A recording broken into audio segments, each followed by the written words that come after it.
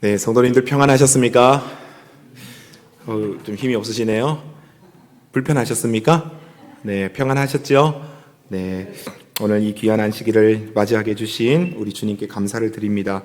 또 우리 하나님 말씀을 또 시작하기 전에 우리 교회 식구이신 우리 정우영 집사님의 그 외조부상, 우리 김유중 집사님의 아버님 상을 인하여 우리 출타 중이신 정 집사님 가정에 하나님의 크신 위로가 함께 하시기를 간절히 소망합니다.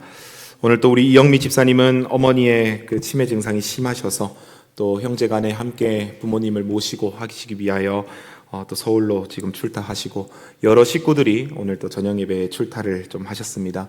그러나 우리 빈자리에 우리 천사들이 또 두세 사람이 내 이름으로 모인 곳에 또 함께 하겠다고 하신 예수님의 명령을 받들어서 이 자리에 함께 우리와 동행할 줄로 믿습니다. 오랜만에 또 우리 강영훈 원장님 바쁘신 시간 가운데서도 우리 교회에 와주셔서 감사드립니다. 늘 오실 때마다 이렇게 손님처럼 소개받기 싫으시면 매주 잘 나오시면 되겠습니다. 맞습니까, 여러분? 네, 감사합니다. 우리 김상현 집사님, 이제 우리 주보에 이제 우리 교인들 돌아가면서 기도하는 거 있죠? 거기에 제가 이번 주부터는 김상현 집사님도 그냥 강제로 넣었습니다. 예, 뭐 우리 교회를 다니시든 안 다니시든 그냥 우리 교인이라 생각하고 이제 신도청에 있는 모든 분들을 위해서 우리가 함께 기도하면 좋겠습니다. 제가 다음 주 안교 시간이나 한번 소개를 좀 하겠지만은 저는 오늘 귀한 보물을 얻었습니다. 우리 카톡방에도 올려드렸다시피 4주에 거쳐서 4번에 거쳐서 우리 가마력 클래스 1차 클래스를 마치게 되었고요. 그분들의 이제 설문조사를 이렇게 받게 되었습니다. 그 중에 한 항목이 뭐였냐면 이번에 제가 강의한 강목을 회비를 받고 여러분들을 가르친다면 얼마를 받고 가르치는 게 좋겠습니까? 이렇게 여쭤봤습니다. 최소 금액이 얼마였을까요? 최소 금액. 최소로 나왔던 금액이 얼마였을까요? 한 사람당 얼마는 받읍시다. 우리 장로님 저를 기평가해 주셔서 감사드립니다. 10,000원도 있었고요. 30,000원도 있었습니다. 근데 최고가가 얼마였을까요? 한 번 할 때 100,000원은 받았으면 좋겠습니다. 이런 분도 있었습니다. 참 감사했습니다. 무료로 이렇게 도청 주민들이 우리 교회를 계속 들락날락 거릴 수 있도록 일부러 가마력 센터를 열고 사람들에게 달란트 나눔을 하고 있는데 그분들이 강의를 빠지지 않고 다 들어주시고 또 좋은 평가를 남겨주시고 또 다른 사람들을 소개해서 이 길을 운영할 수 있도록 도와주겠다라는 말을 듣고 우리 주님께 참으로 감사했습니다. 그래서 애니어그램은 6명이 오늘 수료를 했고요. 그리고 영어 클래스는 10명 정도가 계속해서 매주 금요일 아침마다 우리 영어 공부를 지금 하고 있는 상황입니다. 여러분, 우리 신도청에 우리 세움교회가 세워지고 이곳을 방문하는 사람들마다 하는 말이 있습니다. 뭘까요? 이 교회를 딱 보고 와, 너무 예뻐요. 너무 예뻐요. 제가 그분들에게 다른 분들을 만나가지고 저희 카페 가서 뭐 이렇게 식사라도 함께 하시죠, 카페 가서 차라도 한잔 하시죠 하면은 그분들이 뭐라고 말하냐면 카페 가지 말고 어디서 모여요? 여기서 모여요. 여기가 너무 예뻐요. 이렇게 지금 말을 하고 있다는 거예요. 때로는 집 주인이 우리 집이 얼마나 좋은지 모를 때가 많이 있습니다. 여러분, 우리 교회 많이 사랑해 주시고 홍보해 주시고 알려주셔서 이곳에 우리 정말 예수님께서 새 술은 새 부대에 담으라 하셨으니 새 술들이 넘쳐나기를 간절히 또한 소망합니다. 한 분이 설문조사에 제가 그 항목을 넣었습니다.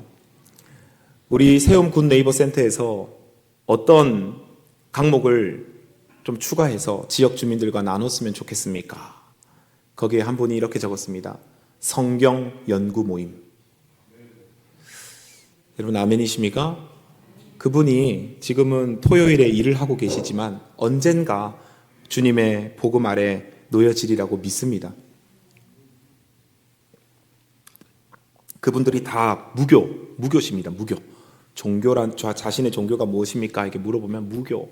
또 이제 유일하게 한 분이 불교, 나머지는 다 무교셨는데 이렇게 좋은 가마를 끼치게 도와주시는 우리 주님께 감사를 드립니다. 여러분, 오늘은 남은 자손은 누구인가? 남은 자손의 출현에 대해서 잠시 하나님 말씀을 살펴보고자 합니다. 오늘은 말씀은 PPT에 없습니다. 성경 구절은 우리가 함께 성경을 찾아가면서 한번 살펴보도록 하겠습니다. 우리는 지난 시간에 이 교회라는 것이 눈에 보이는 건물뿐 아니라 그리스도를 진실히 믿는 모든 사람으로 구성된다는 사실을 여러분 우리가 함께 배웠습니다. 그런데 하나님께서는 전 세계에 믿는 자들이 그렇게 많음에도 불구하고 그 가운데서도 주님께서는 특별한 백성들을 불러내십니다. 하나님께서 백성들을 특별히 불러내신다는 것은 그 사람들이 무엇인가 잘났고 무엇인가 달란트가 넘치고 무엇인가 뛰어나기 때문에 그들을 부르시는 것이 아니라 하나님께서 남은 일부의 백성들을 통하여 불러내신 특별한 백성들을 통하여 하고자 하시는 일이 있기 때문입니다. 기본교리 13장에 이 마지막 시대에 대해서 이렇게 설명을 합니다. 마지막 시대, 즉 배도가 만연한 시대에 한 남은 자손이 하나님의 계명과 예수 믿음을 지키도록 불러냄을 받았다. 여러분 여기서 이 배도가 만연한 시대라는 표현은 계속 좀 기억하고 계셔 주시면 감사하겠습니다. 이 남은 자손은 심판의 때가 이르렀음을 알리고 그리스도를 통한 구원을 전하고 그분의 재림이 임박했음을 선포한다라고 기록하고 있습니다. 왜 하나님께서 남은 자손을 불러내셔야 했고 특별한 사명을 맡기셔야 했을까? 사실 정답을 이미 알려드렸습니다만 우리가 그 이유를 알기 위해서 그동안 역사적으로 하나님의 교회, 하나님께서 인도하신 교회가 어떤 상황에 처해졌었는지를 잠시 살펴보도록 하겠습니다. 우리 요한계시록 12장 4절로 6절에 있는 말씀 한번 살펴보겠습니다. 요한계시록 12장 4절로 6절의 말씀입니다.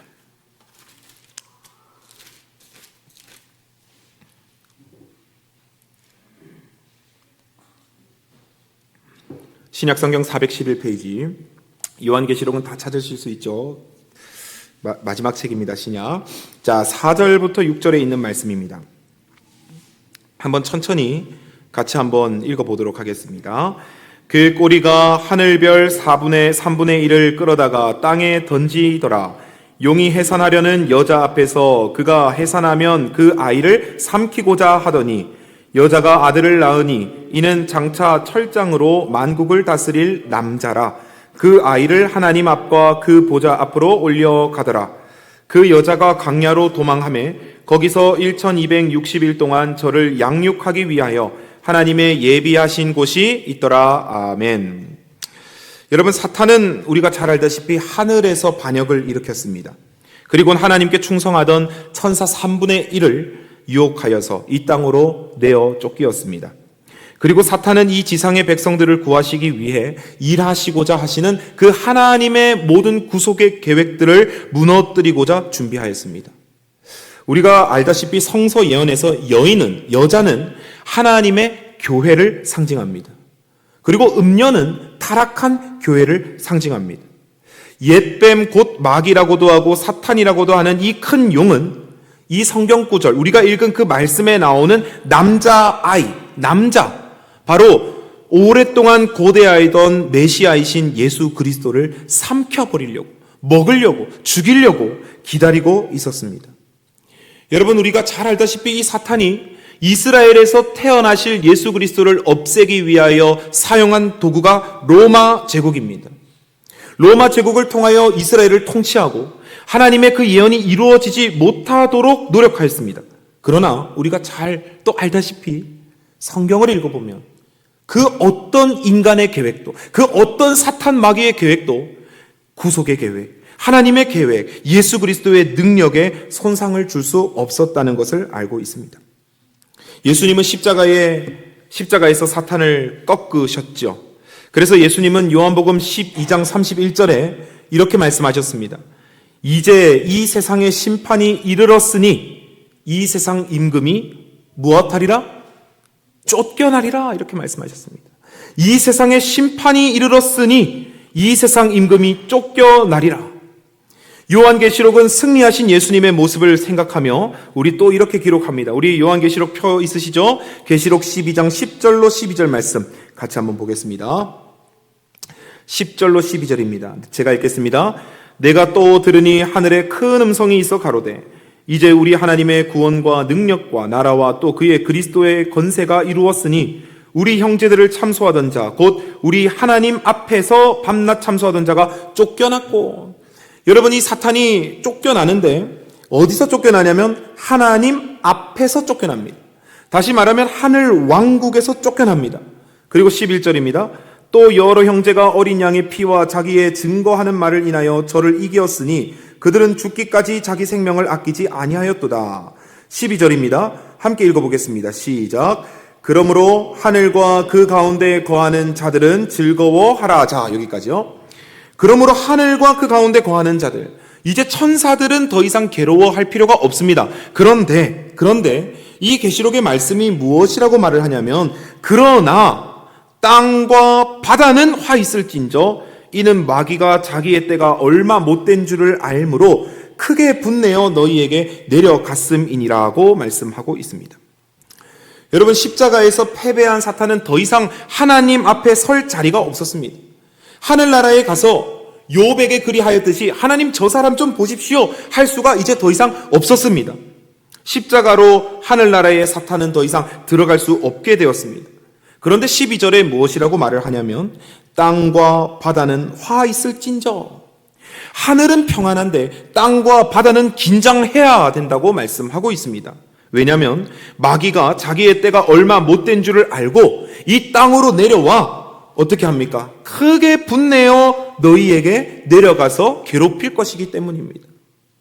그래서 여러분, 우리가 잘 알다시피 하늘에서 처음 전쟁이 있고 3분의 1 천사들과 함께 쫓겨났지만 그 쫓겨났다라는 표현은 사탄이 하늘나라에 못 들어간다는 의미는 아니었습니다. 그런데 이제 사탄은 십자가로 인하여 하늘의 접근 자체가 못되게 된 것입니다. 그런데 이 사탄은 자기가 패배한 줄을 알았기 때문에 이 땅에 있는 존재들을 이제 없애기 위하여 노력을 하였습니다. 우리 계시록 12장 13절 보십시오. 13절입니다. 용이 자기가 땅으로 내어 쫓긴 것을 보고 남자를 낳은 여자를 핍박하는지라. 다시 말해서 예수 그리스도를 낳은 참된 하나님의 교회를 핍박하기 시작했다라고 말을 하는 것입니다. 그러면서 계시록 12장 14절은 뭐라고 말하냐면 그 여자가, 자, 여자는 교회를 상징한다 했죠. 그 여자가 큰 독수리의 두 날개를 받아. 여러분, 독수리의 두 날개는 성경에서 늘 하나님의 크신 보호하심을 상징하죠. 우리 신명기에도 나오고 이사야서에도 나오고 독수리 날개는 하나님의 큰 보호하심을 뜻하는 것입니다. 이 교회가 하나님의 큰 보호하심을 받아 광야 자기 곳으로 날아가 거기서 그 뱀의 낯을 피하여 한 때와 두 때와 반 때를 양육받았다.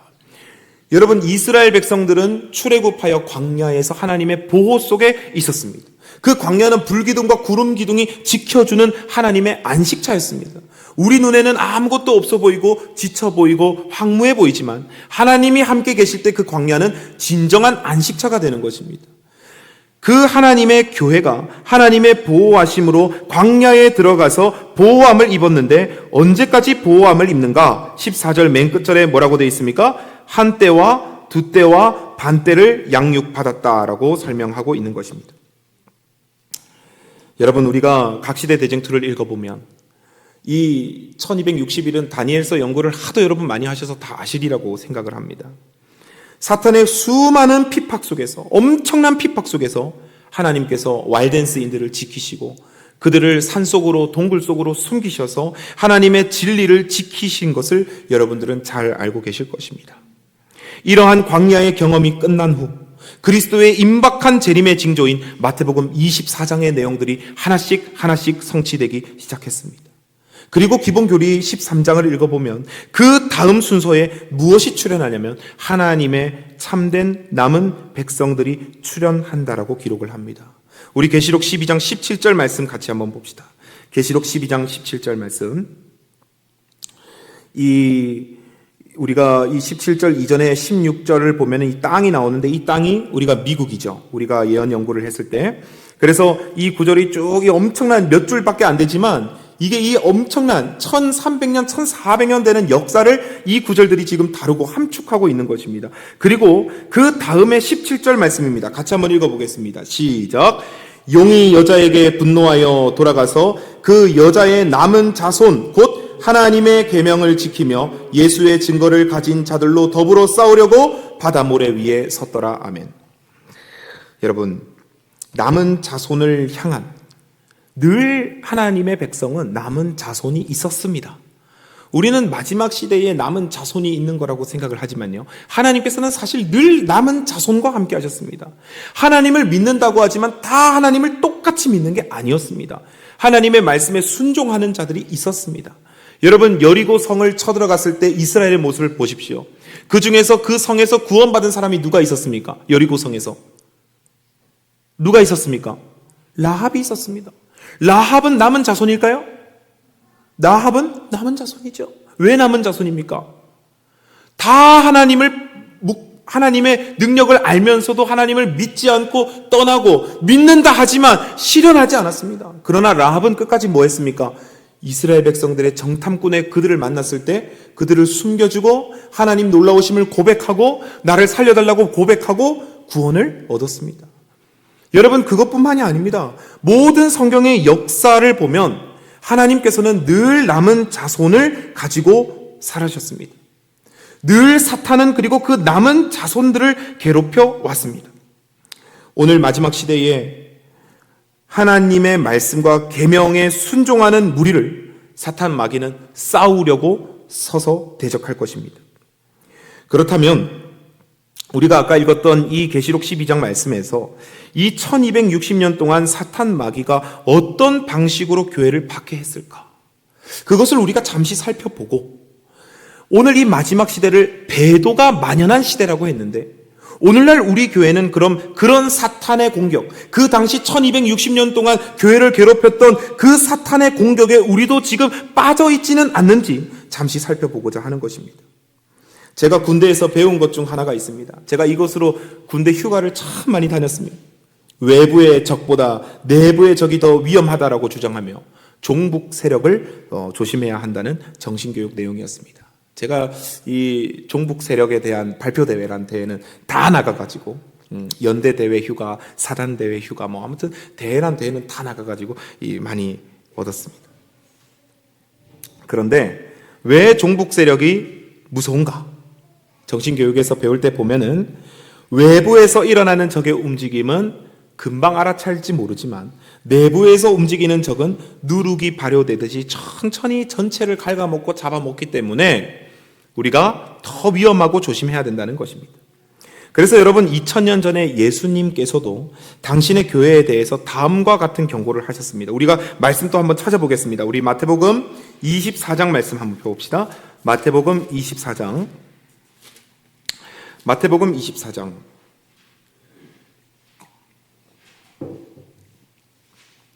마태복음 24장 신약성경 41페이지입니다. 24장 4절 말씀 한번 같이 보겠습니다. 예수께서 시작. 예수께서 대답하여 가라사대 너희가 사람의 미혹을 받지 않도록 주의하라. 그리고 24절로 한번 가보겠습니다. 24절 시작. 거짓 그리스도들과 거짓 선지자들이 일어나 큰 표적과 기사를 보이어 할 수만 있으면 택하신 자들도 미혹하게 하리라. 아멘. 여러분, 이 움직임은요 외부의 움직임이 아닙니다. 예수님께서는 이 백성들에게 말씀하시기를 야 너희들 나중에 마지막 때가 되면 새로운 종교가 나타날 거야.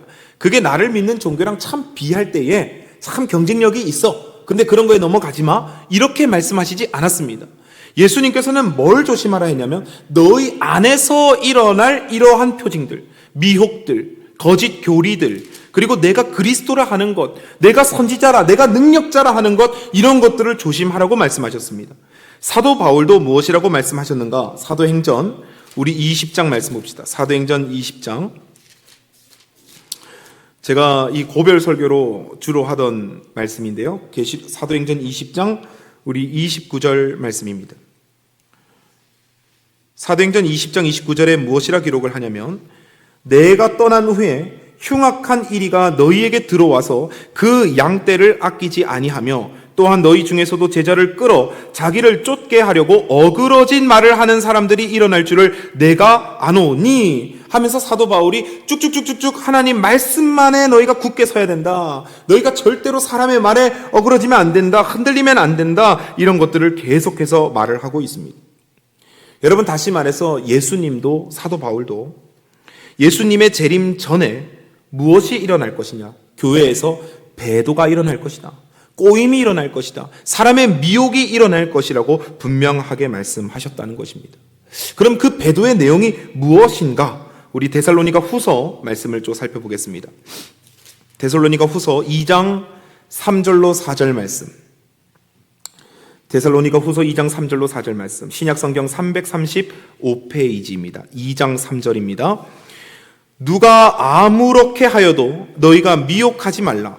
먼저 배도하는 일이 있고 저 불법의 사람 곧 멸망의 아들이 나타나기 전에는 이르지 아니하리니 저는 대적하는 자라 범사에 일컫는 하나님이나 숭배함을 받는 자 위에 뛰어나 자존하여 하나님 성전에 앉아 자기를 보여 하나님이라 하느니라. 여러분, 어떤 배도가 이 교회 안에 일어날 것인가? 라고 물어보니 사도 바울이 말하기를 불법의 사람 곧 멸망의 아들이 나타나는데 이 자는 어떤 사람이냐? 하나님이나 숭배받는 자 위에 뛰어나 자존하여 하나님 성전에 앉아서 자기를 하나님이라 하는 자라고 말하고 있습니다.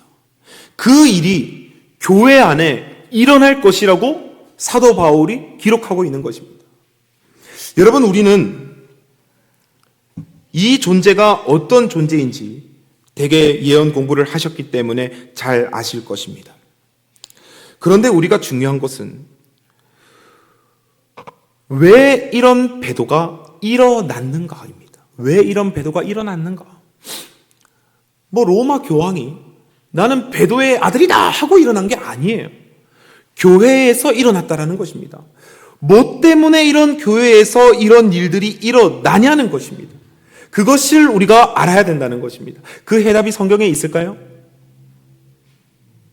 왜 교회에서 배도가 일어나서 불법의 사람이 나타나게 되냐는 거예요.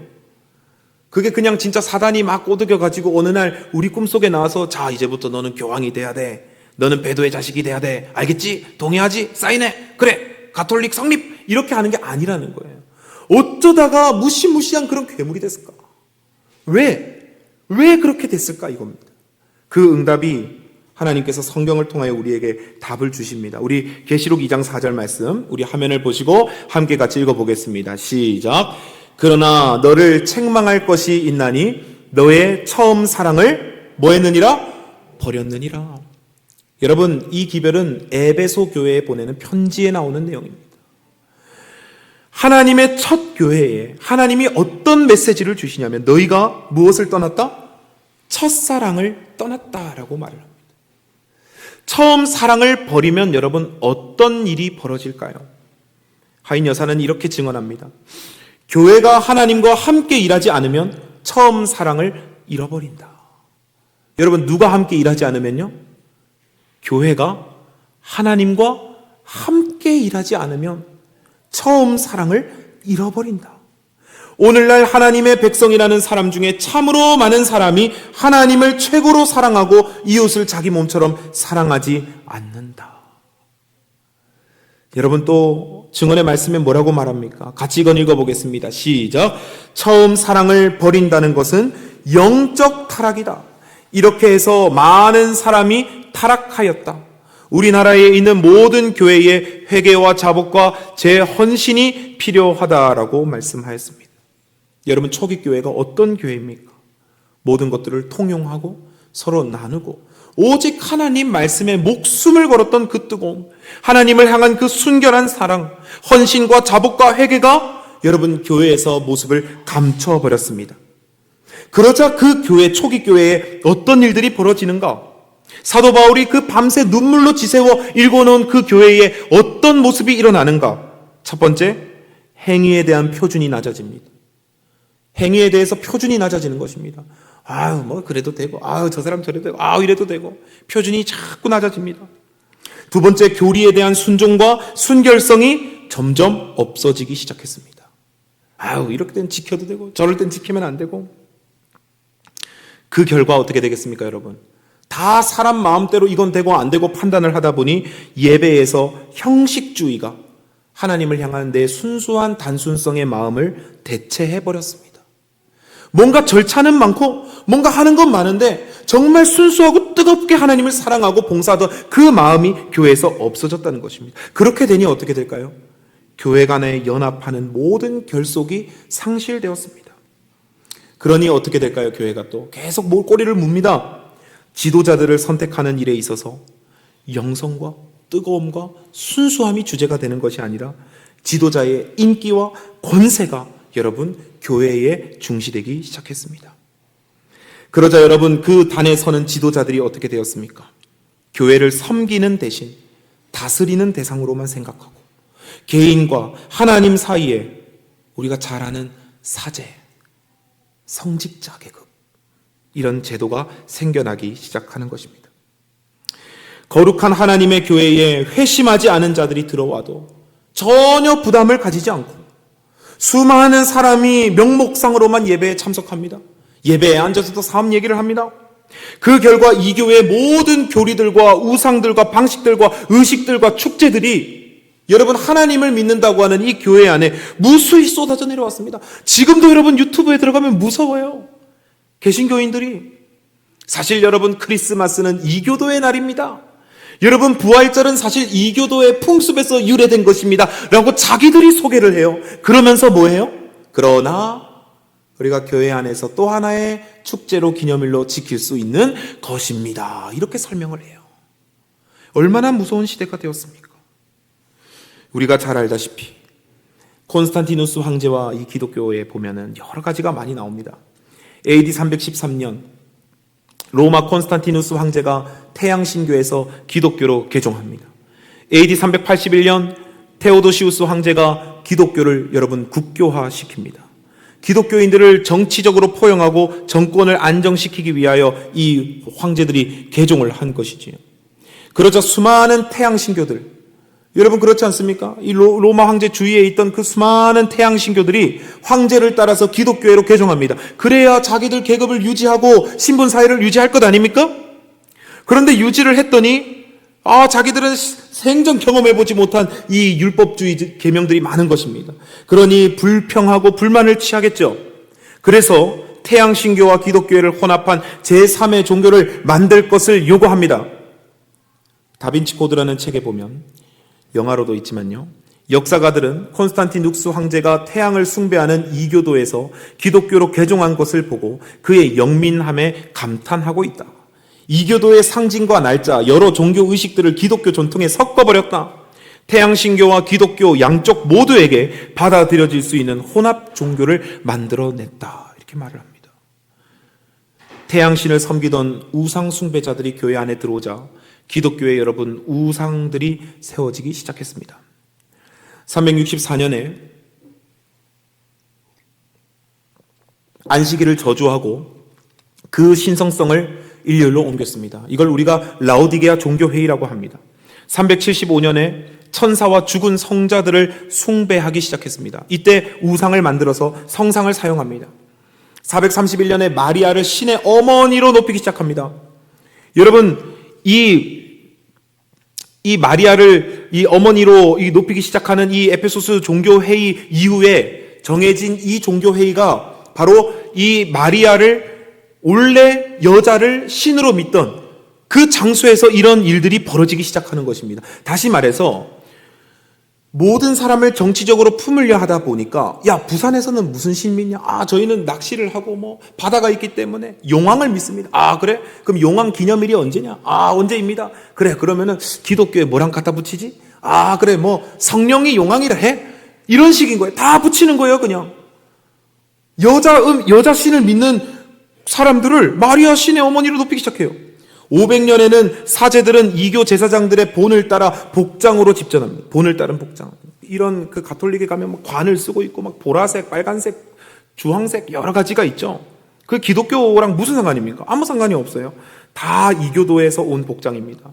526년 종류성사, 종부성사 혹은 병자성사를 실행하고요. 593년에 그레고리 1세 교황이 연옥교리를 제정합니다. 연옥교리가 무엇입니까, 여러분? 예수님을 아예 모르고 죽은 사람들은 지옥 가는 거예요. 가톨릭을 모르고 죽은 사람들은 다 지옥이에요. 그런데 가톨릭을 아는 사람들은요, 죄인으로 살다가 죽을 수도 있잖아요. 그럼 그 사람들은 지옥은 가지 않아요. 그 대신 연옥에 떨어집니다. 연옥에 떨어져서 맷돌을 쥐고 자기의 죄를 다 갚을 때까지 계속 돌면서 죄값을 치르고 그 다음에 천국으로 옮겨지는 거예요. 그래서 그 연옥을 가기 싫지? 그럼 한 번에 통과하는 방법이 있어. 돈을 내면 돼 하고 만든 게 면죄부예요. 그러면 연옥에 빠져있던 나의 가족들이 한 번에 연옥을 거치지 않고 천국으로 간다 이겁니다. 이게 가톨릭에서 만들어내는 거였어요. 600년에는 마리아 및 죽은 성자들에게 기도를 시작하고요. 그래서 지금도 마리아에게 비나이다 뭐 이런 걸 하죠. 756년에 프랑크 왕 피핀에 의해서 교황에게 이제 영토와 세속권이 부여됩니다. 원래 항상 레위인들도 그렇고 토지가 없죠. 영토가 없죠. 그런데 이제 세속권이 부여됩니다. 786년에 속죄와 예배의 수단으로 십자가, 성상 및 유물 숭배가 진행되고 787년에 죽은 사람을 위한 기도와 죽은 성자들에게 기도드리는 일이 이제 인정되기 시작합니다. 비나이다 비나이다. 여러분 혹시 서울 가실 일이 있으시면 꼭 명동에 있는 명동 성당 앞부분을 가보세요. 조선시대부터 죽은 순교자들을 다 그려놓고 거기서 이렇게 하고 있습니다. 한번 보세요, 직접. 850년에 사제에 의해 축성된 성수를 사용합니다. 이 물이 그냥 물이지만요, 사제가 여기다가 이렇게 탁탁탁탁 해가지고 쫙 이렇게 하면 이제 이게 거룩한 물이 되는 거예요. 그럼 이 물 가지고 이제 귀신도 쫓아내고 축복도 하고 세례도 주고 손도 씻고 하는 겁니다. 890년 요셉을 이제 또 숭배하기 시작했어요. 요셉도. 995년에 교황 요한 15세에 의해서 처음으로 죽은 성사들을 이제 막 시성하고요. 998년에 금요일 및 사준절에 금식을 요구합니다. 라마단 같은 게 들어오는 거죠. 11세기의 예배가 아니라 제사로서 미사가 드려집니다. 이제 예배 모임이 아니에요. 예수님께서 제사를 폐했다고 했는데 제사로 바꾸는 거예요. 그래서 크리스마스라는 건 그리스도의 제삿날이에요. 사실은 미사입니다.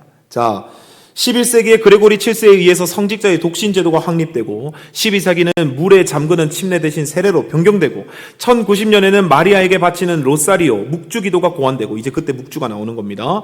1184년에 종교재판소가 설정이 돼서 많은 사람들을 죽이기 시작합니다.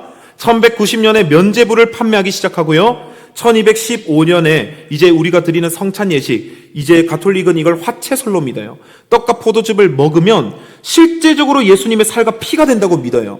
그래서 미사를 드릴 때 떡은 나눠 먹지만 예수님의 피는 흘리면 안 되기 때문에 가톨릭은 사제만 포도즙을 먹습니다. 1229년에는 성경을 금서 목록에 넣어서 평신도들이 접근하지 못하도록 발렌시아 종교회의에서 지정합니다. 이제 아무나 성경을 못 본다는 것이죠. 1414년에는 성만찬을 할 때에 평신도들에게 포도즙을 금지시킵니다. 콘스탄스 종교회의에서 결정되고요. 1439년에 연옥이 정식 교리로 선포됩니다. 1513년에 레오 10세는 교황은 영혼 불멸을 교리로 확정하고요. 1545년에 교회의 전통이 성경과 같은 권위라고 선포하고요. 1854년에 성모 무염 시태설을 교리로 선포해서 마리아는 죄가 없다고 선언합니다. 그리고 1870년에는 더 나아가서 교황도 무오류하다고 선언합니다. 그리고는 1950년에 최근이죠. 피우스 12세는 성모 몽소 승천 교리를 선포합니다. 죄 없이 승천하신 것이죠. 여러분 중세 시대의 이 교회의 모습들을 보면 가톨릭 백과 사전에, 이건 우리 사전이 아닙니다. 가톨릭 백과 사전에 이렇게 기록을 합니다. 베드로와 그의 후계자들은 교훈이나 금지에 관한 율법을 추가할 수 있는 권세를 가졌고 아울러 이러한 율법들로부터 면제해주는 권세도 있고 필요하다면 폐지시키는 권세도 있다. 이러한 사법상의 권한은 심지어 죄까지라도 용서할 수 있는 권세를 포함하고 있다. 그래서 여러분, 가톨릭 신자들한테 이렇게 말하면 절대 자기들 아니라 그래요. 그냥 지금 존경하는 거지 마리아 믿는 거 아니고 교황이 뭐 그런 거 없고 막 이렇게 말을 합니다. 근데 그 사람들도 다 이런 것까지 안 보니까 그래요. 우리도 여러분 밖에서 누군가가 안식일교 너희들 막 이렇게 하면은 그랬냐고 우리 몰랐다고 막 이럴 때 많죠. 똑같은 거예요, 여러분. 자기들이 실제로 무슨 교리를 믿고 있는지 잘 모를 때가 많이 있어요. 그래서 여러분, 우리가 잘 알다시피 이 성경의 십계명이 천주의 십계명으로 넘어가면서 어떻게 바뀌는지를 여러분 보실 것입니다. 이거는 우리가 한국일보에도 나왔던 거죠. 사실적인 부분입니다. 이 노란색 글 보시면 일요일을 태양의 날로 선포하고 이날을 기독교의 예배일이자 공휴일로 정한 뒤 일곱째 날은 토요일로 명명하는 칙령을 내렸다. 그리고 주황색 글씨 보시면 태양신교도 등 대다수의 사람들은 황제의 칙령에 따라서 일요일을 지키기 시작했다. 우리 가톨릭 백과사전 4권에도 보면 가톨릭 교회는 넷째 계명을 고쳐서 일요일을 주일로 지키라고 명하였다. 이렇게 자기들이 스스로 그렇게 말을 합니다. 사제 서한집, 사제들이 보는 이 책에 보면요, 성경은 안식일을 거룩히 지키라고 명한다. 그러나 로마 가톨릭 교회는 말하기를 아니다. 나의 신성한 권위로서 안식일을 폐하고 주일 중 첫째 날인 일요일을 거룩하게 지키라고 명하는 바이다. 마지막으로 말하노니 가톨릭 교회의 전통은 성경보다 위에 있다고 선포하는 바이다라고 가톨릭 스스로가 그렇게 말을 했습니다. 쭉 좀 넘어가 보겠습니다.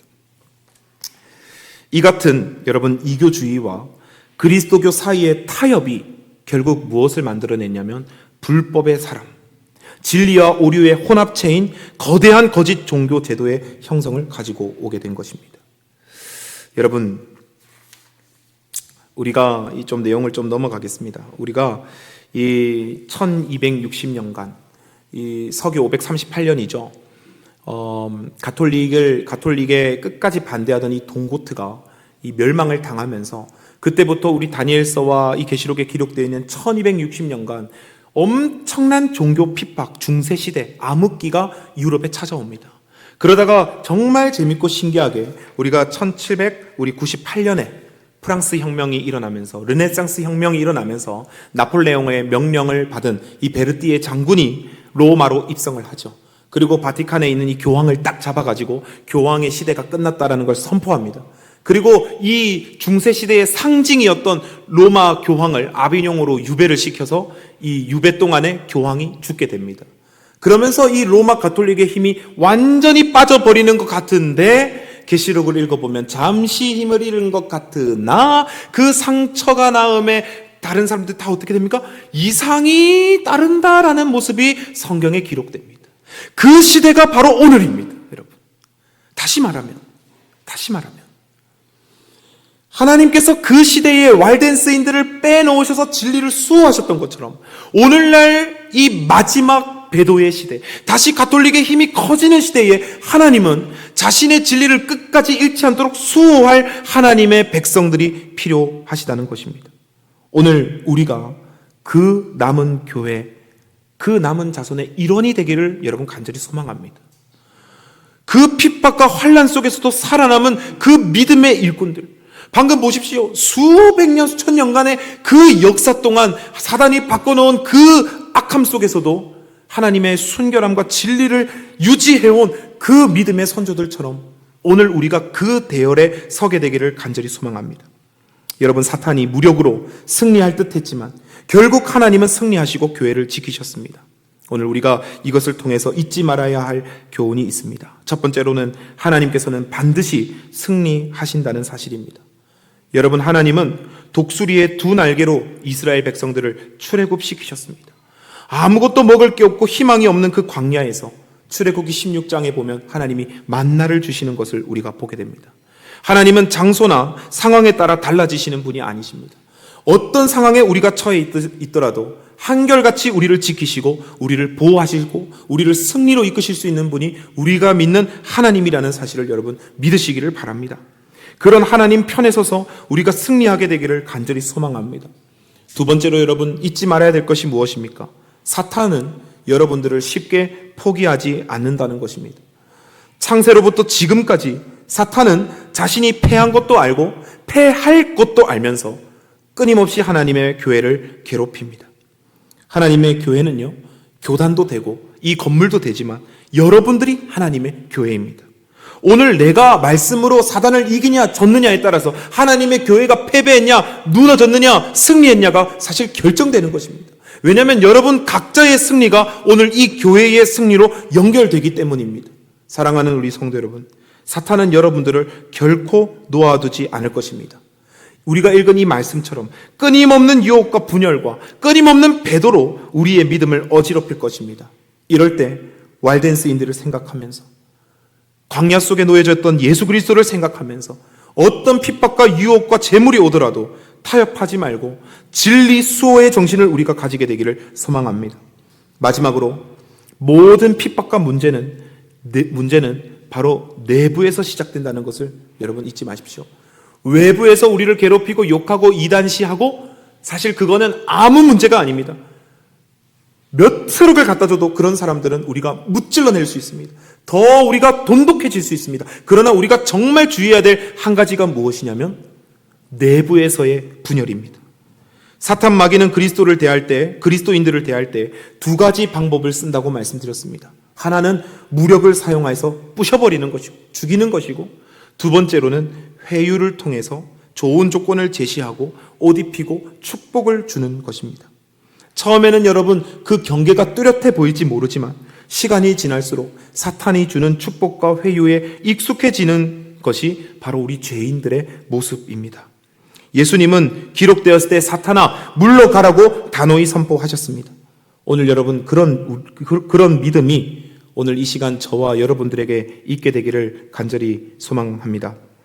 우리 교회에 사탄이 내밀고 있는 손내밈이 없는지 다시 한번 살펴보면서 우리 다음 세대들에게, 여러분 우리가 순결한 교회, 정말 진시한 교회, 하나님 말씀에 충성한 교회, 사탄의 모든 유혹과 권세를 뿌리치고 하나님의 말씀대로 살아가는 그런 교회의 모습을 우리가 다음 세대에 남겨주게 되기를 소망합니다. 우리가 다음 시간에 이 종교개혁과 남은 자손이 출연한 그 사명에 대해서 우리가 좀 살펴보도록 하겠습니다. 말씀을 줄이도록 하겠습니다. 감사합니다. 자비롭고 은혜로우신 하나님 아버지 감사합니다. 하나님, 정말 저희들이 이유 없이 나온 존재들이 아니라 하나님께서 이 세상을 어지럽히는 이 사탄의 권세 속에서도 아버지의 진리를 수호하는 백성으로 불러주셨음에 아버지 그 크신 은혜에 감사를 드립니다.